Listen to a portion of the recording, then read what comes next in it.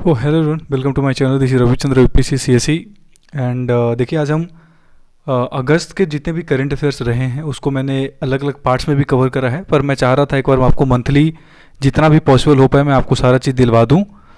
तो अगस्त का current affairs in depth मैंने कवर करा है एंड ये आपके लिए बहुत इंपॉर्टेंट वीडियो होगा। आप जिस भी एग्जाम की तैयारी करें, whether you are from UPSC BPSC चाहे भी जिस भी पेपर से हो, देख लीजिएगा इसको एक बार, बहुत काम आने वाला है आपको। क्योंकि इंडियन एक्सप्रेस, द हिंदू और जो भी इंपॉर्टेंट इन्फॉर्मेशन रही हैं, जो बहुत ज़्यादा इंपॉर्टेंट वो मैंने कवर करे हैं।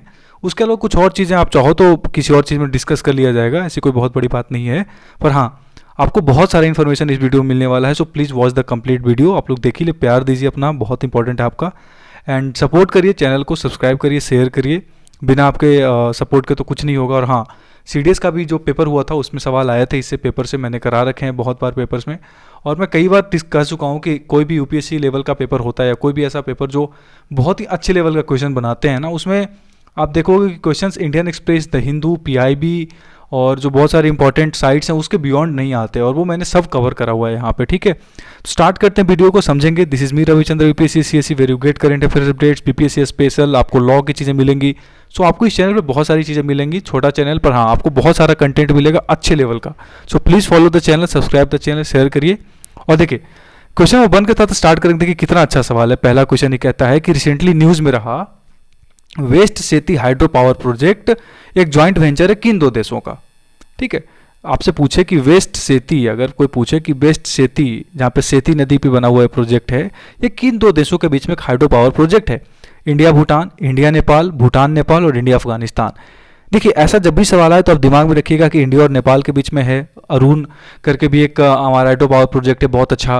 प्रधानमंत्री जी अभी नेपाल गए थे लुम्बिनी में, जहाँ पे उन्होंने Indian international heritage of Buddhist culture करके एक इन्होंने एक बहुत अच्छी सेटअप थी, उसकी भी उन्होंने इनॉग्रेशन की बात करी, फाउंडेशन रखा उन्होंने। तो लुम्बिनी में जब गए थे बुद्ध पूर्णिमा को, वो सब चीज़ कवर करा है मैंने।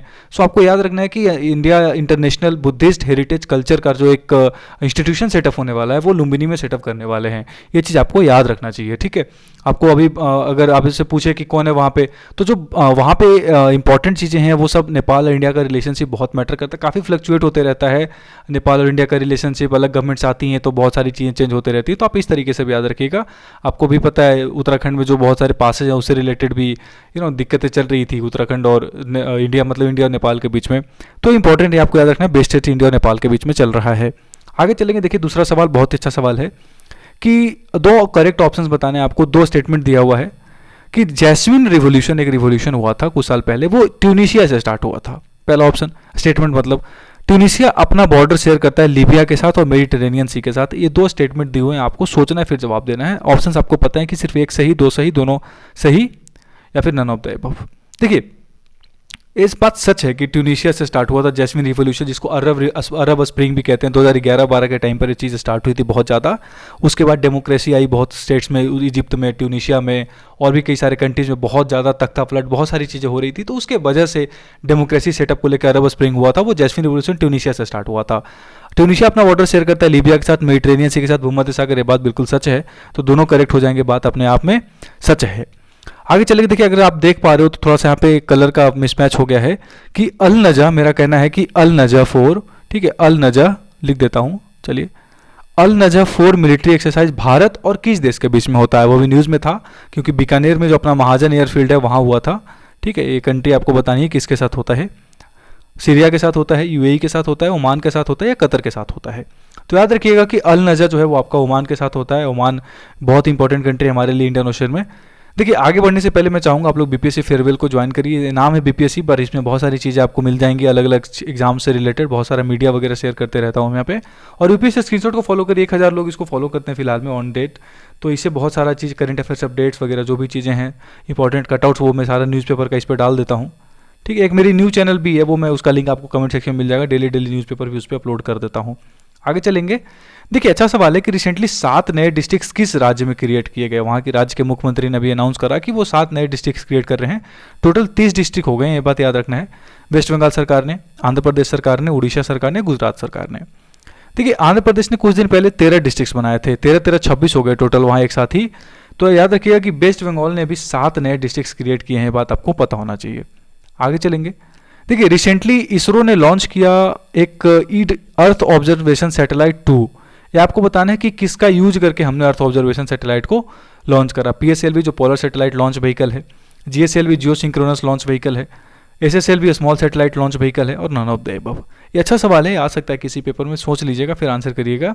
देखिए एसएसएलवी याद रखिएगा कि भारत का जो पहला हमने जो एक एसएसएलवी का यूज करके जो हमारी मेडन सैटेलाइट है स्मॉल सैटेलाइट लॉन्च व्हीकल का, वो हमने लॉन्च यूज करा, इसरो ने यूज करा और अर्थ ऑब्जर्वेशन सैटेलाइट को लॉन्च किया। ये बात आपको पता होनी चाहिए। बहुत सारे सैटेलाइट्स जैसे PSLV C51 से हमने लॉन्च करा है अमेजोनिया सैटेलाइट ब्राज़ील वाला, फिर GSLV से हमने ये लॉन्च करा था आपका जो भी जैसे इंपॉर्टेंट जैसे मंगलयान है, चंद्रयान 2 था, वो हमने GSLV से लॉन्च करा था, मार्क 3 जिसको बाहुबली भी कहते हैं। तो ये सब इंपॉर्टेंट इन्फॉर्मेशन आपको पता होना चाहिए। अंतरिक्ष हमारी जो कमर्शियल आर्म्स है, एक और न्यू स्पेस जो हमारी इंडिया लिमिटेड, वो भी एक NSIL उसकी मेडल सैटेलाइट है, ये याद रखना है आपको। अभी हाल ही में PSLV का ही यूज करके PSLV C53 का यूज करके इसरो ने लॉन्च करा न्यूसार सैटेलाइट। 3 सैटेलाइट्स लॉन्च करे। न्यूसार सैटेलाइट के साथ 2 और सैटेलाइट्स थी, कहाँ की, सिंगापुर की। ये सवाल पूछा जा सकता है किसी पेपर में, ये आपको याद रखना है। अभी हाल ही में लॉन्च करा। चलिए आगे चलेंगे। रिसेंटली कहता है कि इको मित्रम मोबाइल ऐप न्यूज में था। किस वजह से इको मित्रम, आपको बताना है कि इको मित्रम जो सैटेलाइट है वो मतलब ऐप है वो किस वजह से न्यूज़ में था। बीच क्लीनिंग को लेकर, जो समुद्र के किनारे वाली बीचेज होती है उसको लेकर, फॉरेस्ट क्लीनिंग को लेकर, स्ट्रीट क्लीनिंग को लेकर, या रेलवे स्टेशन की क्लीनिंग को लेकर। तो याद रखिएगा कि बीच क्लीनिंग को लेकर इको मित्रम लॉन्च की गई थी। अभी आपको मिनिस्ट्री भी याद रखनी है, मिनिस्ट्री ऑफ अर्थ साइंसेज, ये इंपॉर्टेंट है। स्वच्छ सागर सुरक्षित सागर जो हमारा कैंपेन चल रहा है इंटरनेशनल कोस्टल क्लीनअप डे को सेलिब्रेट करने के लिए, उसमें ही हमने इको मित्र मोबाइल ऐप लॉन्च किया है। बात आपको पता होनी चाहिए। इसमें वॉलंटरी रजिस्ट्रेशन करके आप पार्टिसिपेट इसका बन सकते हैं। आगे चलेंगे। ऐसा सवाल है, बहुत ही अच्छा सवाल है कि नमस्ते प्रोग्राम अभी हाल ही में लॉन्च हुआ है। ये किस मिनिस्ट्री ऑफ सोशल जस्टिस और एम्पावरमेंट के अलावा किस और मिनिस्ट्री के साथ मिलकर ज्वाइंट इनिशिएटिव लॉन्च करी गई है? नमस्ते प्रोग्राम देखिए मैनुअल स्कैवेंजिंग जो होती है ना, मैनुअल क्लीनिंग जिसको हम लोग बोलते हैं, किसकी क्लीनिंग, सीवरेज वगैरह की जो क्लीनिंग होती है, जो आप समझ रहे हो, सीवरेज वगैरह नालियों वगैरह की जो क्लीनिंग होती है वो मैनुअली करते हैं लोग, उसमें उतर कर करते हैं। इसको रोकने के लिए नमस्ते प्रोग्राम लॉन्च किया गया है, जिसमें कि हम मैकेनाइज्ड क्लीनिंग पे फोकस करेंगे, rather focusing on what, manufacturing ये जो मैनुअल क्लीनिंग होती है, जो इंसान खुद से हाथों से उतर कर करते हैं, वो बहुत ही डिग्रेडेशन वाली बात हो जाती है। तो ऑप्शन है home affairs, housing and urban affairs, Panchayati Raj और रेलवेज। तो याद रखना है कि housing and urban affairs ministry के साथ और ministry of social justice and empowerment मिलकर इसको चला रहे हैं नमस्ते प्रोग्राम। सीवेज क्लीनिंग वर्कर्स को लेकर आपको दिमाग में रखना, it's a very good initiative. आप यूपीएससी मेंस वगैरह में भी इसके बारे में लिख सकते हैं। आगे चलेंगे और देखेंगे क्वेश्चन नंबर हमारा नेक्स्ट कहता है क्या कि देखिए हेल फायर R9X मिसाइल जो है वो डिफेंस सिस्टम किस कंट्री के द्वारा बनाई जाती है? R9X बताना है आपको, मिसाइल सिस्टम किस कंट्री के द्वारा बनाई जाती है हेल फायर? सोचिए, जवाब दीजिए। न्यूज़ में क्यों था? अलकायदा के एक बहुत ही बड़े टेररिस्ट थे, उनको यूएसए ने अभी मार गिराया, तो ये यूएसए के द्वारा बनाई जाती है। चलिए आंसर ही बता देता हूँ आपको। तो यूएसए याद रखिएगा, USA hello fire R9X missile system बनाती है, इस बात को आपको याद रखना है। आगे चलेंगे कि national rail and transportation university को डेवलप किया जाएगा किस नाम से? जो हमारी भारतीय रेल और ट्रांसपोर्टेशन यूनिवर्सिटी, उसको हम डेवलप करेंगे क्या? गति वायु यूनिवर्सिटी के नाम से, गति शक्ति यूनिवर्सिटी के नाम से, रेलवेज यूनिवर्सिटी के नाम से, या कोई नहीं? बताइए, अच्छा सवाल है ये। नेशनल एजुकेशन पॉलिसी 2020 के आने के बाद हमने पहली बार कोई इस तरीके का बड़ा इनिशिएटिव लिया है। तो याद रखिएगा गति शक्ति यूनिवर्सिटी, हमारी जो गति शक्ति ट्रेनें चलाने की हमने बात करी है बहुत सारी, उसके 75 जो गति शक्ति ट्रेनें की बात करी है हमने, और 300 जो हमारा आपका क्या चल रहा है वंदे भारत एक्सप्रेस, ये भी याद रखिएगा। तो इस वजह से रेल एंड ट्रांसपोर्टेशन यूनिवर्सिटी को हम डेवलप करने वाले हैं गति शक्ति यूनिवर्सिटी के नाम से। डीम्ड यूनिवर्सिटी अभी गुजरात में, ये भी याद रख लीजिएगा।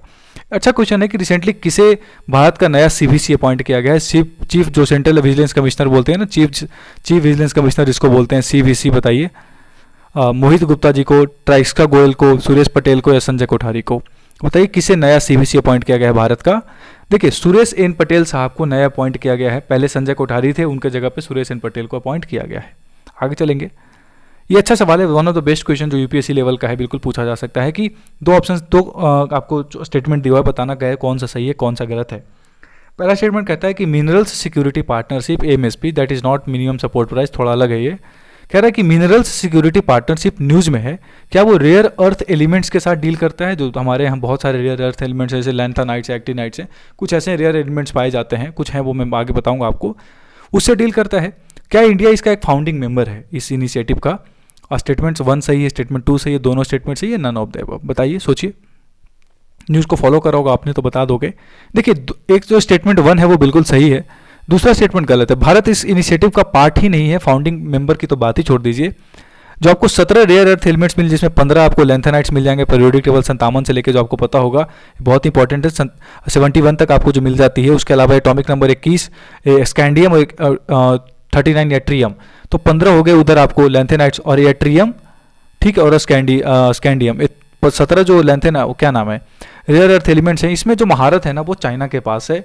तो चाइना आपको पता है कोविड के बाद किस तरीके का रिस्पॉन्स रहा है पूरी दुनिया को। सप्लाई चेन जो हमारा एक मैकेनिज्म चल रहा है, सप्लाई चेन इनिशिएटिव, उसको ध्यान में रखते हुए यूएसए ने इस प्रोग्राम को लीड करा है, जिसमें 10 पार्टनर्स हैं यूएसए के साथ। ऑस्ट्रेलिया है, फिनलैंड है, कनाडा है, साउथ कोरिया है, जर्मनी है, जापान है, स्वीडन है, यूनाइटेड किंगडम है, यूरोपियन कमीशन है। भारत इसका पार्ट नहीं है। कई सारे आर्टिकल्स आए थे कि भारत को इसका पार्ट होना चाहिए। हम ट्राई कर रहे हैं कि जल्दी इसका पार्ट हो जाए, क्योंकि रेयर अर्थ एलिमेंट्स के बिना तो बहुत सारी मैन्युफैक्चरिंग कंपनीज में बहुत प्रॉब्लम्स आती हैं, ठीक है। जैसे कि कोबाल्ट, निकल, लिथियम का बहुत यूज़ होता है इलेक्ट्रिक सिस्टम्स में, इलेक्ट्रिक व्हीकल सिस्टम में, मोबाइल में, चिपिंग में, सेमीकंडक्टर का भी यूज़ होता है बहुत ज़्यादा। तो इस वजह से रेयर अर्थ एलिमेंट्स का जो आंसर होगा वो याद रखिएगा। देखिए, ये थोड़ा सा पुराना न्यूज़ हो गया है, लेकिन आपको एक और चीज़ बता देता हूँ। 75 टोटल इंडिया में साइट्स हो गए हैं, रामसर साइट 75 हो गए हैं। आगे डिस्कस करेंगे, बचा हुआ 11।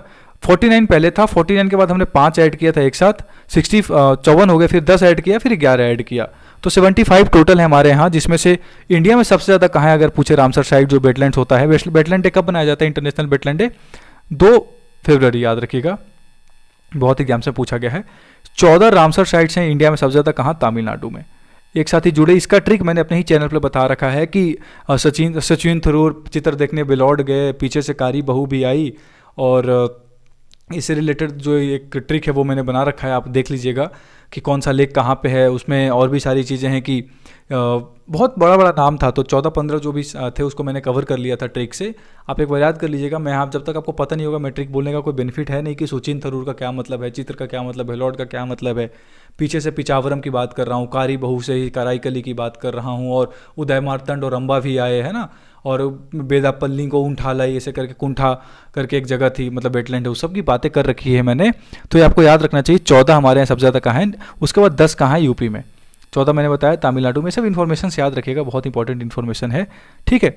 इसी में ऐड किया गया कुछ यशवंत सागर लेक है, कुछ फिर बहुत सारे लेक हैं, तो ये सब चीज़ आप याद कर लीजिएगा। नंदा लेक गोवा में है, सतकोसिया गौज उड़ीसा में है, फिर आपका सिरपुर वेटलैंड मध्य प्रदेश में है। So this is how you should remember. मैंने इसका ट्रिक बना रखा है, तो आप एक बार देख लीजिएगा। देखिए, ये सवाल छोटे एग्जाम्स जो कई सारे वन लाइनर्स पूछते हैं ना, उसमें एक इंपॉर्टेंट है कि अभी भारत की जो आज़ादी का अमृत महोत्सव चल रहा है, जो हमारा हर घर तिरंगा है, उसी इनिशिएटिव के को फॉलो करते हुए आईएनएस चेन्नई और आईएनएस बेतवा, 2 हमारे जो इंडियन नेवल शिप्स हैं, ये मस्कट ओमान में गई थी तिरंगा झंडे को मतलब ऊपर रखने, हाई फहराने के पर्पज से मैं बोलूँ तो। एशिया में 6 कॉन्टिनेंट्स में गए थे हमारे शिप। आईएनएस सरयू कहाँ गए थे? सिंगापुर में। एशिया में हो गए। तो आईएनएस त्रिकंद कहाँ गया था? मोम्बासा केनिया में। आईएनएस सुमेधा कहाँ गया था? Perth Australia. INS Satpura San Diego USA, North Africa, मतलब नॉर्थ अमेरिका सॉरी।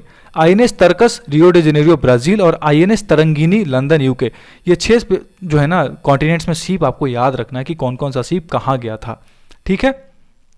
आगे चलेंगे और आपको बताना है कि नए CSIR की पहली महिला डायरेक्टर जनरल कौन अपॉइंट हुई हैं। भारत की पहली वीमेन डायरेक्टर जनरल हैं CSIR की, कौन अपॉइंट हुई हैं? एन कलाई सेल्वी अपॉइंट हुई हैं, रुचिरा कंबोज हैं, अलका मित्तल जी हैं, माधुरी पुरी बूच हैं। बताइए कौन है? देखिए, रुचिरा कंबोज भारत की परमानेंट UN रिप्रेजेंटेटिव बनाई गई भी हाल ही में। अलका मित्तल जी हमारी ONGC की जो चेयरमैन है, महिला चेयरमैन, वो बनी है। Madhabi Puri Buch SEBI, security exchange board of India की महिला जो चेयरमैन है वो बनी है पहली। और एन कलाई सेल्वी वीमेन डायरेक्टर जनरल बनी है CSIR की। ये बहुत अच्छी बात है, आपको याद रखना चाहिए। आगे चलेंगे। देखिए कि जो गोरखाज हैं उसको लेकर न्यूज़ में थी ये चीज़ कि ट्रीटी ऑफ सुगौली को साइन किया गया था ब्रिटिश, इंडिया और नेपाल के बीच में 1816 को। तो स्टेटमेंट दे रहा हूँ मैं आपको कि ट्रीटी ऑफ सुगौली कब साइन किया गया था? ब्रिटिश, इंडिया और नेपाल के बीच में 1816 में।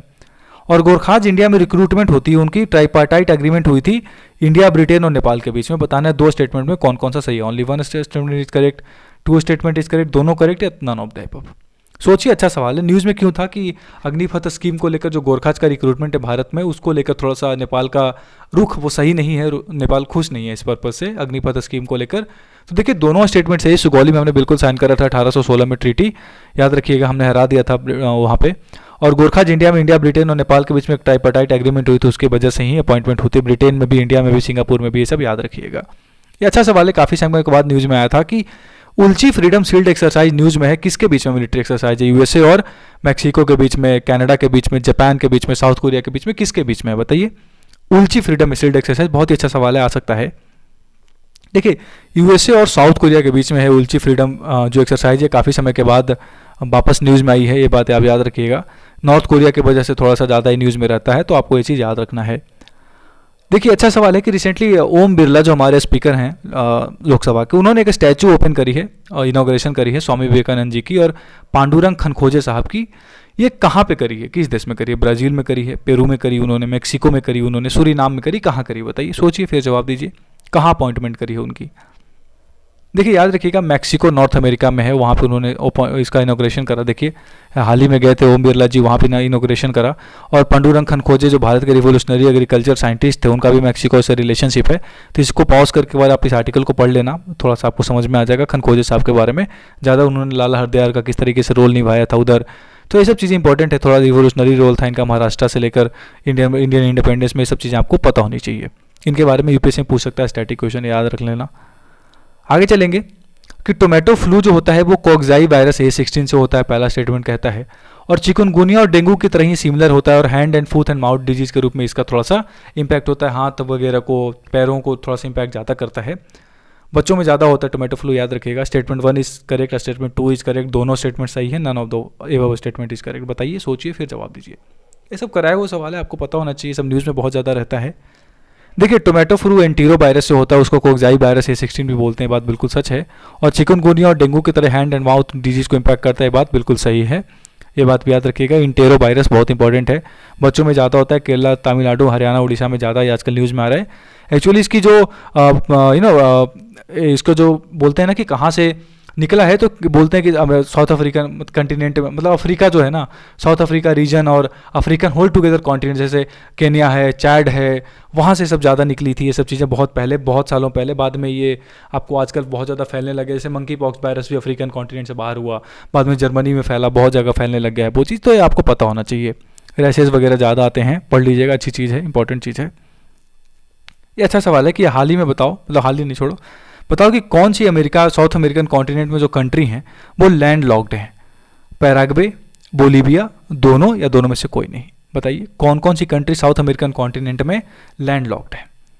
याद रखिएगा कि दोनों ही है, पैराग्वे भी है और बोलीविया भी, ये बात आपको पता होना चाहिए कि पैराग्वे एंड बोलीविया दोनों कंट्रीज हैं वो क्या है, लैंडलॉक्ड है। न्यूज़ में क्यों? कि हमारे 60 साल रिलेशनशिप हो गए पैराग्वे के, और हमारे external affair minister S Jaishankar साहब गए थे, और एसोसियन जो उसकी कैपिटल है वहाँ हमने ओपन करा एक एम्बेसी पैराग्वे का, ये भी इंपॉर्टेंट है।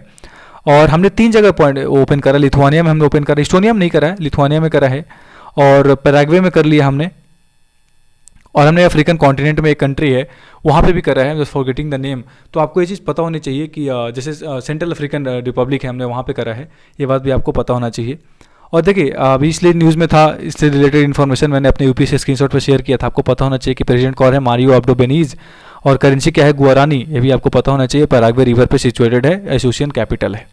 आगे चलेंगे, बताना है कि अनंग ताल लेक न्यूज़ में था क्योंकि उसको एक नेशनल इंपॉर्टेंस का जो मॉन्यूमेंट है वो डिक्लेयर किया है। वो बेसिकली किस स्टेट या यूटी में है?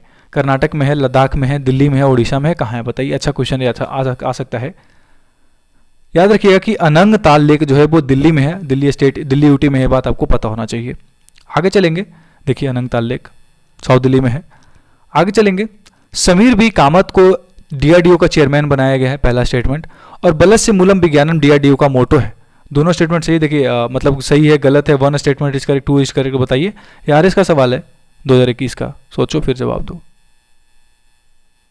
देखो दोनों स्टेटमेंट सही है, बिल्कुल। समीर बी कामत को नया अपॉइंट किया गया है, और जो हमारे पहले के थे उनको जी सतीशन रेड्डी, उनको हमने प्रिंसिपल साइंटिफिक एडवाइजर अपॉइंट कर दिया है डिफेंस मिनिस्ट्री का, और समीर बी कामत साइंटिस्ट को हमने अपॉइंट करा है डीआरडीओ का चेयरमैन, ये बात सही है। और बलस्य मूलम विज्ञानम वो हमारा मोटो है डीआरडीओ का, ये बात याद रखिएगा, साइंस इज एवरीथिंग करके आता है इनका डीआरडीओ का जो भी है। बताना है आपको 2 स्टेटमेंट है कि प्रधानमंत्री मोदी ने अभी हाल ही में वीर बालक स्मारक का उद्घाटन किया अंजार गुजरात में, ठीक है। वीर बालक स्मारक, वीर बालक दिवस कब मनाया जाता है? 26 दिसंबर। गुरु गोविंद सिंह के जो 4 बच्चों की जिस तरीके से प्रोसिक्यूशन हुई थी, डेथ उनकी किलिंग हुई थी, उसकी याद में हम बनाते हैं वीर बालक दिवस। वो हमने लास्ट ईयर से बनाना स्टार्ट करा। बीरवाला का स्मारक की उद्घाटन हमने अंजार गुजरात में करी, प्रधानमंत्री जी ने पहला स्टेटमेंट। दूसरा स्टेटमेंट कहता है कि स्मारक को बिल्ट इसीलिए किया, अर्थक्वेक से मरे थे ना जो गुजरात कच्छ गुजरात 2001 में जो भूकंप आया था, उनकी याद में बनाया गया है। बिल्कुल ऑप्शन पता है, one statement is correct, second statement is correct, दोनों सही, नन ऑफ द अबव। देखिए दोनों ही सही है, बात बिल्कुल सच है। चाइना की तर्ज पर हमने बनाया है, ठीक है, ये बात आपको पता होना चाहिए। कहाँ चला गया, हाँ, चाइना की तर्ज पर हमने बनाया है, कच्छ गुजरात में अंजार जगह है वहाँ पे, ये बात आपको पता होनी चाहिए, ठीक है। 2001 की मेमोरी में, 2001 के अर्थक्वेक की मेमोरी में बनाया हमने। आगे चलेंगे कि Kushiyara river water sharing dispute news में है किन दो देशों के बीच में? India Bangladesh, India Nepal, India Pakistan, India Bhutan. सोचिए फिर जवाब दीजिए। देखिए याद रखिएगा, इंडिया और क्या नाम है, बांग्लादेश के बीच में है, आपको पता होना चाहिए। कुशियारा अभी हाल ही में शेख हसीना जी इंडिया आई थी, इस वजह से न्यूज़ में था ये। इलेक्ट्रिसिटी एक स्टेट सब्जेक्ट है, बताओ, मतलब एक सब्जेक्ट है, स्टेट सब्जेक्ट नहीं, मतलब एक सब्जेक्ट है, किस लिस्ट में मेंशन है? कंकरेंट लिस्ट में, यूनियन लिस्ट में, स्टेट लिस्ट में, या फिर नन ऑफ द वो 7th शेड्यूल है ना आपका कॉन्स्टिट्यूशन में, बताओ किस में लिस्टेड है? देखिए कंकरेंट लिस्ट में, ये बात याद रखिएगा। आगे चलेंगे, इलेक्ट्रिसिटी अमेंडमेंट बिल की वजह से न्यूज़ में था ये। आगे चलेंगे कि अच्छा सवाल आ सकता है कि कचल आइलैंड न्यूज़ में था भी, जियोग्राफिकली लोकेटेड है किस आइलैंड चेन में? साउथ अंडमान आइलैंड में, नॉर्थ लिटिल अंडमान में, निकोबार आइलैंड में, नन ऑफ द अबव, किस में बताओ? कचल आइलैंड, सोचो। देखिए निकोबार आइलैंड में, इस बात को याद रखिएगा, न्यूज़ में था। देखिए सुनामी का चैप्टर जब खोलोगे एनसीईआरटी में, उसी में दिख जाएगा कचल आइलैंड के बारे में, तो बिल्कुल पूछने का चांस है, एकदम पूछेंगे ये, ठीक है। आगे चलेंगे, देखो दिखाता हूँ इसमें मैं, देखो कचल आइलैंड निकोबार में है ना, लिटिल निकोबार के पास। अब बताओ कि इसमें से कौन सीजेआई की जो डेथ थी वो ऑफिस में ही हो गई थी, जब वो ऑफिस में थे, सीजेआई थे भारत के तभी? सब्यसाची मुखर्जी का, रंगनाथ मिश्रा जी का, एच.जे. कानिया का, और बोथ एएनसी। बताओ ये जो हमारे पहले सीजेआई थे। देखिए दोनों ही सीजेआई जो थे, सब्यसाची मुखर्जी और एच.जे. कानिया, दोनों की डेथ हो गई थी ऑफिस में ही। नए कौन बने 49 सीजेआई? 49 पूछे तो यूयू ललित, उदय उमेश ललित, कहाँ के रहने वाले हैं? महाराष्ट्र के।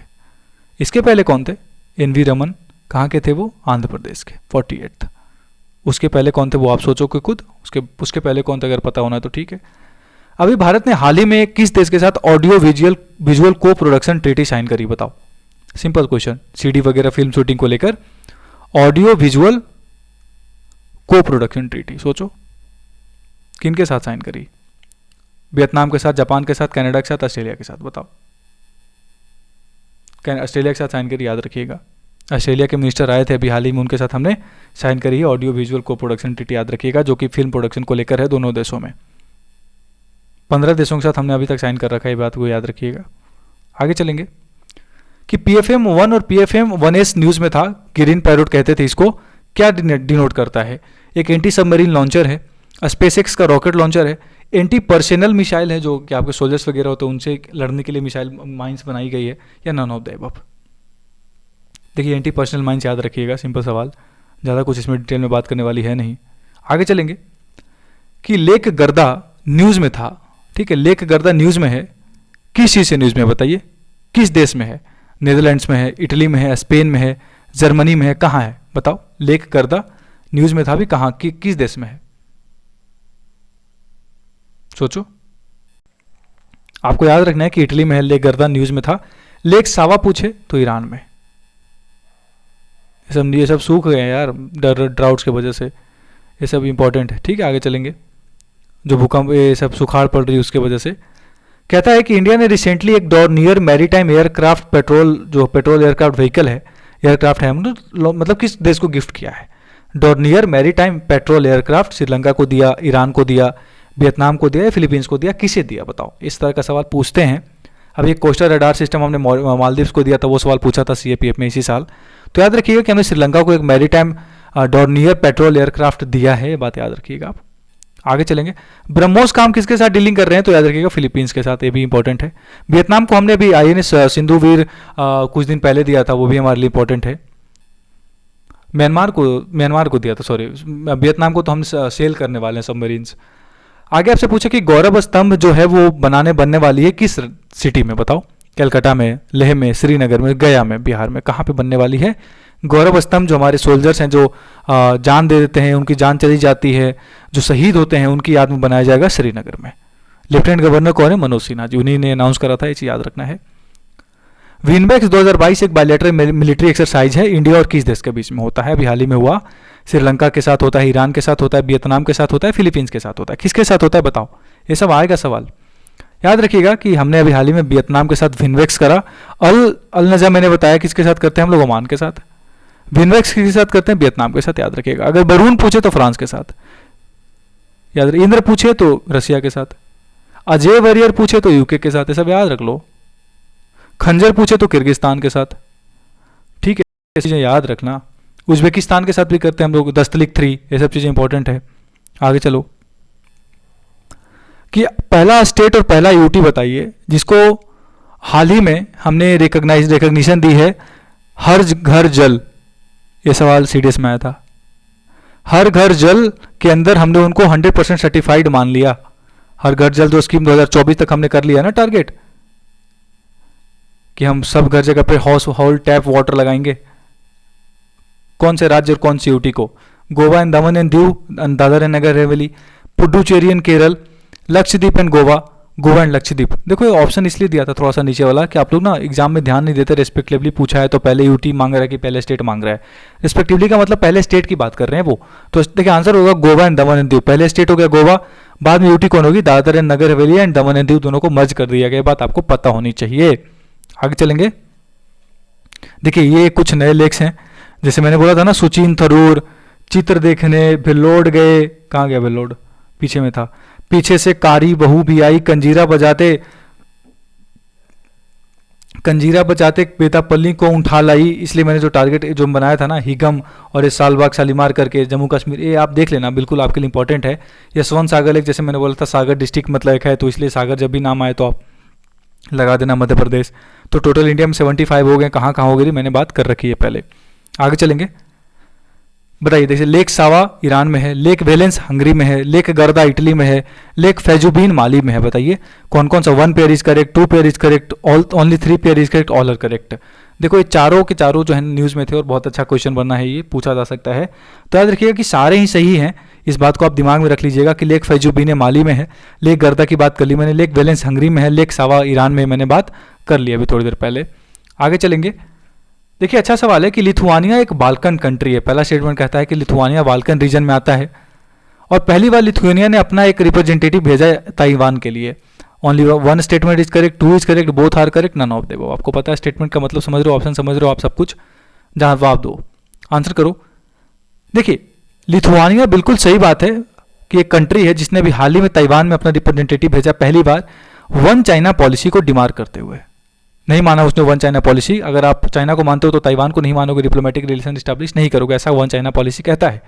लिथुआनिया इसको नहीं माना, लिथुआनिया ने भेज दिया ताइवान में। लिथुआनिया बाल्कन में नहीं आती, बाल्टिक में आती है। बाल्टिक में 3 कंट्री, इस्टोनिया, लिथुआनिया, लातविया, तीनों कंट्री रशिया के पास। बाल्कन रीजन नीचे आती है, आपका क्या नाम है, अल्बानिया वहाँ पे आती है। मोंटेनेग्रो जो करके क्षेत्र है ना, उसको बोलते हैं बाल्कन रीजन, याद रखिएगा। क्या नाम है, आप मेडिटेरेनियन सी से थोड़ा सा ऊपर चले जाओगे ना, बिल्कुल लगी हुई बाउंड्री, तो वहाँ पे आती है बाल्कन रीजन। बताओ आना सागर लेक न्यूज़ में था, सीएपीएफ का सवाल है, किस राज्य में है? असम में है, कर्नाटक में है, राजस्थान में है, गुजरात में है? बताइए। देखिए आना सागर लेक राजस्थान में, अजमेर में, याद रखिएगा। आगे चलते हैं कि धिवेही, अभी सीएपीएफ का सवाल है, धिवेही प्रिंसिपल लैंग्वेज है किस यूनियन टेरिटरी का? अंडमान निकोबार का, लक्षद्वीप का, पुडुचेरी का या लद्दाख का? बताओ किसका है? धिवेही एक प्रिंसिपल लैंग्वेज है, बताइए। याद रखिएगा लक्षद्वीप से लेकर आपको मालदीव तक के रीजन में मिल जाएगा। इधर जो आपका वेस्टर्न मतलब क्या नाम है, इंडिया है ना, ये मान लो जैसे इंडिया है ये, तो ये जो आपका नीचे तक चले जाओगे ना, तो इस क्षेत्र में आपको धिवेही बोली जाती है, लक्षद्वीप वाले रीजन में। आगे चलेंगे। स्वाधीनता सड़क भारत और किस देश के बीच में बनने वाली है? इनॉग्रेशन होने की बात चल रही है। Nepal, Myanmar, Bhutan, none of the above. बताओ स्वाधीनता सड़क किस देश, भारत और किस देश के बीच में बनने वाली है? नेपाल, म्यांमार, भूटान। तो आंसर हो जाएगा, याद रखिएगा, स्वाधीनता सड़क जो है वो बनने वाली है बांग्लादेश के साथ। आगे चलते हैं, आगे बात करेंगे। बांग्लादेश हो जाएगा इसका राइट आंसर, याद रखिएगा। आगे चलेंगे कि करेंट दलाई लामा 14वें दलाई लामा है, स्टेटमेंट 1 कहता है। और तिब्बतन डेमोक्रेसी डे बनाई जाती है 2 सितंबर को, याद रखिएगा। बताइए कौन सा स्टेटमेंट सही है? Only one is correct, only two is correct, both are correct, none of the above. ये न्यूज़ में था, दलाई लामा को भारत रत्न देने की बात की जा रही है। और देखिए बहुत बड़ा मूव होगा, पूरी दुनिया इसको कवर करेगी ऐसा इंडिया अगर कोई स्टेप लेता है तो। It will be the best moment for all the media of all the world, मतलब होल वर्ल्ड अगर मैं बोलूँ, क्योंकि ये बहुत बड़ा चाइना के मुंह पे एक ऐसी, मतलब भारत क्या बोलूँ, मतलब it will be a very very different मतलब ओकेजन सिनेरियो होने वाला अगर ऐसा कुछ होता है तो। देखिए दोनों ही स्टेटमेंट सही है, 14वें दलाई लामा है वो, और 2 सितंबर को बनाई जाती है दीप्तन डेमोक्रेसी डे, बात बिल्कुल सही है। आगे चलेंगे, बताइए 2 स्टेटमेंट दिए हुए आपको कि India is a signatory of united nation convention status of refugee 1951 पहला, और refugees in India are governed by Indian refugee act 2000। क्या भारत साइनेटरी है यूनाइटेड नेशन कन्वेंशन स्टेटस का रिफ्यूजी 1951 का? और रिफ्यूजी इंडिया में गवर्न होते हैं इंडियन रिफ्यूजीज एक्ट 2000 से।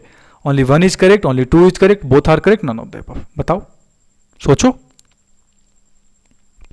देखिए दोनों स्टेटमेंट गलत है, ऐसा तो कोई एक्ट है ही नहीं। पहली बार इंडिया में रिफ्यूजी फॉरेनर्स एक्ट, रिफ्यूजीज हमारे यहाँ जो होते हैं फॉरेनर्स एक्ट, पासपोर्ट्स एक्ट, उनसे डील होता है, और इंडिया इसका साइनेटरी नहीं है। बात हो रही है कि साइन करनी चाहिए, पर अभी तक हमने साइन नहीं किया हुआ है। ठीक है, न्यूज़ में क्यों था? रोहिंग्या की वजह से। आगे चलेंगे, आपको बताना है कि आईएनएस विक्रांत भारत का पहला इंडिजिनसली डेवलप्ड एयरक्राफ्ट कैरियर है।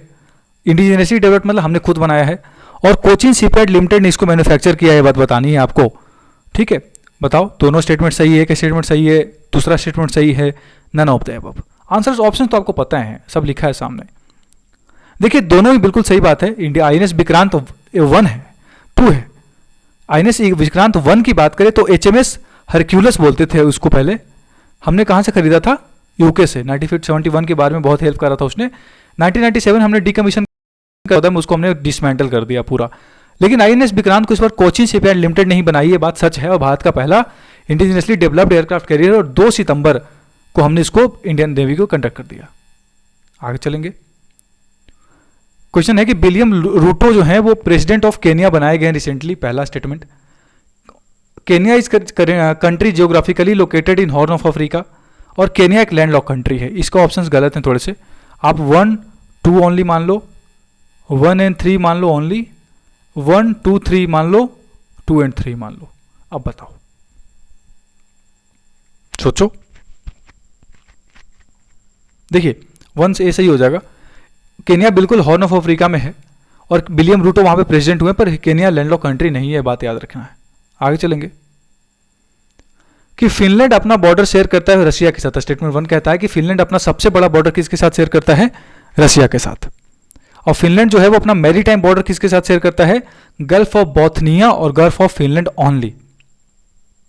यूपीएससी में ना जब ओनली वाला क्वेश्चन आता है ना आंसर, तो बच्चे लोग गलत लगा देते हैं, पर ऐसा यहाँ नहीं है, यहाँ बिल्कुल स्टेटमेंट सही है ये। ठीक है, और रशिया के साथ सबसे बड़ा बॉर्डर शेयर करता है, ये बात भी आपको पता होनी चाहिए, 1340 किलोमीटर का लगभग। अभी इसकी न्यूज़ में क्यों है आपको पता है? फिनलैंड के प्राइम मिनिस्टर जो हैं, और साना मारिन दुनिया के सबसे यंगेस्ट प्राइम मिनिस्टर, उसके वजह से न्यूज़ में आ गया था ये।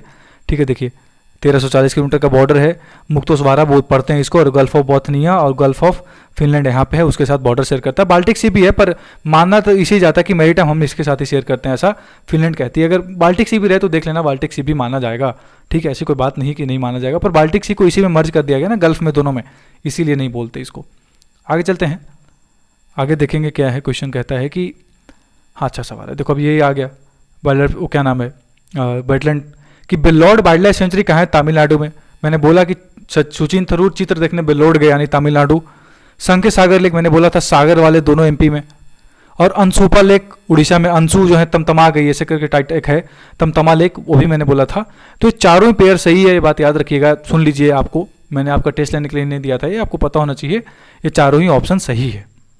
आगे चलेंगे, बताना है आपको कि फॉरेस्ट एक स्टेट सब्जेक्ट है under the 7th schedule of original constitution of India. पहला सवाल, ओरिजिनल कॉन्स्टिट्यूशन, ध्यान से सुनना, 1950 में जब हमारा ओरिजिनल कॉन्स्टिट्यूशन बना था तब क्या फॉरेस्ट एक स्टेट सब्जेक्ट था? पहला स्टेटमेंट। दूसरा कहता है कि उसको हमने यूनियन लिस्ट का सब्जेक्ट बना दिया 42nd अमेंडमेंट से 1976। बताओ, अच्छा सवाल है कि only 1 is correct, only 2 is correct, both are correct, none of the above. That's good question. देखिए ओरिजिनल कॉन्स्टिट्यूशन में बात सच है कि फॉरेस्ट स्टेट सब्जेक्ट थी, पर 1976 के 42nd अमेंडमेंट से हमने उसको कंकरेंट लिस्ट में ऐड किया है, यूनियन लिस्ट में नहीं। 7th शेड्यूल के कंकरेंट दोनों बना सकते हैं, यूनियन भी और स्टेट भी बना सकते हैं कानून इसके ऊपर। जोरावर न्यूज में था क्या? क्या है जोरावर? जोरावर न्यूज में है, क्या बताता है? एक चीता का नाम है, एंटी टैंक गाइडेड मिसाइल का नाम है, इंडिजिनस लाइट टैंक है, या फिर एक हॉर्स जो भी मंगोलिया में जो हमारे डिफेंस मिनिस्टर गए थे राजनाथ सिंह जी, उनको गिफ्ट दी गई उसका नाम है। चीता कहाँ आने वाला है? कूनो पालपुर, याद रख लेना, वाइल्ड लाइफ सेंचुरी में। फ्राइडे को जयपुर आ जाएगा। Kuno Palpur wild life sanctuary MP में। कहाँ से आ रहा है? नामीबिया के साथ। नामीबिया से हमने मंगवाया है 8। जोरावर क्या है? Indigenous light tank. अभी हाल ही में इंडियन आर्मी उसको लॉन्च करने वाली है, मतलब डिप्लॉय करने वाली है line of actual control China के साथ। 2 सवाल और बताओ आगे कि आईएनएस दूनागिरी न्यूज में था, एक शिवालिक क्लास फ्रीगेट है। आईएनएस तारागिरी क्या शिवालिक क्लास फ्रीगेट है? आईएनएस बेला क्या कलवरी क्लास सबमरीन है? और आईएनएस विक्रांत क्या हमने यूके से खरीदा था? इसके बारे में मैंने अभी बात किया, आपको पता है। आईएनएस बेला बिल्कुल सही बात है, कलवरी क्लास सबमरीन है। 5वीं सबमरीन, 4थी सबमरीन लॉन्च हो गई है। इसके बाद आईएनएस बागीर और आईएनएस बागसीर आने वाले हैं। आईएनएस कालवरी, करंट और खंडहरी आ चुके हैं। तारागिरी, दूनागिरी, हिमगिरी और उदयगिरी, ये 4 हमने शिवालिक क्लास फ्रिगेट बनाए हैं प्रोजेक्ट 17 के अंदर। ये बात सच है, तो चारों ही सही है, यहाँ पे याद रखिएगा। आगे चलेंगे। कहता है कि the famous Nehru boat trophy हर साल पुन्नामाडा लेक केरल में होता है। स्टेटमेंट 1। स्टेटमेंट 2 कहता है कि अमित शाह चीफ गेस्ट थे इस बार 2022 में। वहां पे कंट्रोवर्सी हो गई थी अमित शाह को बुलाने के ना बुलाने पे, थोड़ा सा। Only 1 is correct, only 2 is correct, both are correct, none of the above. देखिए दोनों ही सही है, ये बात बिल्कुल सच है कि नेहरू ट्रॉफी हर साल पुन्नामाडा लेक केरल में होती है, बोट ट्रॉफी है। और 2022 में अमित शाह को चीफ गेस्ट के रूप में बुलाया गया था, ये बात भी बिल्कुल सच है। आगे चलेंगे। ये अच्छा सवाल है, दैट्स माय फेवरेट क्वेश्चन, कि बताना है आपको। 2 स्टेटमेंट दिया हो कि फाल्कलैंड आइलैंड डिस्प्यूट और मालविनास बोलते हैं इसको, और उस लैंग्वेज में जहाँ का है, एक तरीके का टेरिटोरियल डिस्प्यूट है, मैरीटाइम डिस्प्यूट है यूके और अर्जेंटीना के बीच में। पहला स्टेटमेंट। दूसरा कहता है कि फाल्कलैंड आइलैंड जो है वो ज्योग्राफिकली अटलांटिक ओशन में है, सदर्न अटलांटिक ओशन में। Only 1 is correct, only 2 is correct, both are correct, none of the above. बताओ। देखो दोनों ही बिल्कुल सही बात है। जो आपका फाल्कलैंड आइलैंड है वो यहाँ पे मिलेगा आपको अर्जेंटीना के पास, और अर्जेंटीना का हिस्टोरिकली पार्ट था। यूके ने कई सालों पहले अपने एम्पायर के समय पे इसको अटैक करके अपना लिया था। उसके बाद इनके बीच में लड़ाई भी हुई थी, पर आज तक यूके के अंडर में ही है और सदर्न अटलांटिक ओशन में आता है। बात बिल्कुल सच है। अभी भारत के एक्सटर्नल अफेयर्स मिनिस्टर गए हुए थे, तो उन्होंने इस पर स्टेटमेंट दिया था कि हाँ इसके ऊपर बातचीत होनी चाहिए। दूसरा क्वेश्चन है आगे कि which of the following year will be observed as international year of millets. बताओ। यूनाइटेड नेशन के द्वारा, भारत के कहने पे यूनाइटेड नेशन ने एक किस साल को इंटरनेशनल ईयर ऑफ मिलेट्स माना है? 2022, 2023, 2024, 2025? बताइए, अच्छा सवाल है। हर साल कई बार क्या करती है कि जो यूनाइटेड नेशन है वो कई बार जैसे कि नर्सेज को मानता है, कई बार सफाई कर्मचारी को मान लेगा, कई बार कोरोना का, कई बार डॉक्टर्स का। उस तरीके से बाजरे का ईयर कौन सा माना है? बताओ। मिलेट्स का मतलब बाजरा होता है, पता होना चाहिए आपको। याद रखिएगा कि अगले साल को हमने माना है 2023 को, ठीक है, भारत के कहने पे। ये अच्छा सवाल है, दैट्स गुड क्वेश्चन, आने का प्रोबेबिलिटी बहुत है। कि United Nation high seas treaty अभी न्यूज में था। ये हाई सी का क्या मतलब होता है? जो पोलर रीजन्स में एरिया हैं, जो उसकी बात हो रही है, जो दोनों सदर्न पोल नदर्न पोल, उसकी बात हो रही है। Areas beyond exclusive economic zone, जो आपका 20 नॉटिकल माइल्स के बाहर में होता है, उसकी बात हो रही है। या एरिया बिटवीन ईजेड और टेरिटोरियल एरियाज होते हैं, 12 नॉटिकल माइल से 20 नॉटिकल माइल्स के बीच का जो एरिया होता है, उसकी बात हो रही है, या नॉन होता है? बहुत अच्छा सवाल था। इसके ऊपर एक ट्रीटी की बात चल रही थी, वो ट्रीटी फेल हो गई थी, ठीक है, क्योंकि सब लोग जानते हैं कि जो आपका जो 22 जो आपका क्या नाम है ईजेड होता है आपका, और इसके बियॉन्ड में जो क्षेत्र आती है वो होती है ओपन सी। तो ओपन सी में ना इंटरनेशनल कानून लगता है, तो किस तरीके से इसको गवर्न किया जाएगा, इसके ऊपर हाई सीज ट्रीटी होने वाली थी एक, वो फेल हो गई। ये बात आपको पता होना चाहिए, ठीक है। तो ये जो है वो एरियाज हो जाएगा beyond exclusive economic zone. 22 nautical mile जो होता है ना, उसके बाहर वाला जो होता है उस क्षेत्र को हम लोग बोलते हैं 200 नॉटिकल माइल, सॉरी, ये बात आप याद रखिए, सॉरी 22 किलोमीटर होता है यार, किलोमीटर नॉटिकल माइल्स में चीज़ें बदल जाती हैं। आगे चलेंगे। अर्थमिस 1 मिशन जो है वो ह्यूमंस को स्पेस में भेजने से रिलेटेड है, स्टेटमेंट 1, और नासा और इसरो का ज्वाइंट प्रोजेक्ट है, ये स्टेटमेंट 2 कहता है। Only 1 is correct, only 2 is correct, both are correct, none of the above. बताइए, सोचिए। देखिए बिल्कुल सही बात है, अर्थमिस 1 ह्यूमंस को भेजने की बात हो रही है स्पेस में, नासा भेजने वाली है। 50 साल के बाद हमने नासा ने ट्राई किया है, पर नासा और इसरो का कोई रोल नहीं इसमें, तो ओनली 1 इज करेक्ट। अपोलो 17 गई थी लास्ट 1972 में, उसके बाद हम वापस भेज रहे हैं आर्टेमिस 1 मिशन को। 2 बार टेक्निकल डिफिकल्टीज आ गई इसलिए नहीं लॉन्च हुआ है। सितंबर के लास्ट में लॉन्च होने की बात हो रही है। और अपोलो 11 मिशन जो था, जिसमें नील आर्मस्ट्रॉन्ग 1969 में, माइकल कॉलिंस और बज एल्ड्रिन गए थे, बात आपको पता होना चाहिए। आगे चलेंगे। सो ये था हमारा, शायद खत्म हो गया टोटल करंट अफेयर्स अगस्त का जितना इंपॉर्टेंट है मैंने कवर कर लिया है। आई होप आपको वीडियो पसंद आएगा। बहुत सारी इंपॉर्टेंट इन्फॉर्मेशन, इसके बियॉन्ड नहीं आएगा करंट अफेयर्स। कुछ वन लाइनर्स हैं जो पूछे जा सकते हैं कहीं, तो वो मैंने अपने टेलीग्राम चैनल पे करा रखा है। आप उसको ज्वाइन करिए, फॉलो करिए, आपको सारी चीज़ें वहाँ से मिल जाएंगी। So thank for watching, keep loving me and thank you. और शेयर करिए प्लीज चैनल को। Thanks a lot.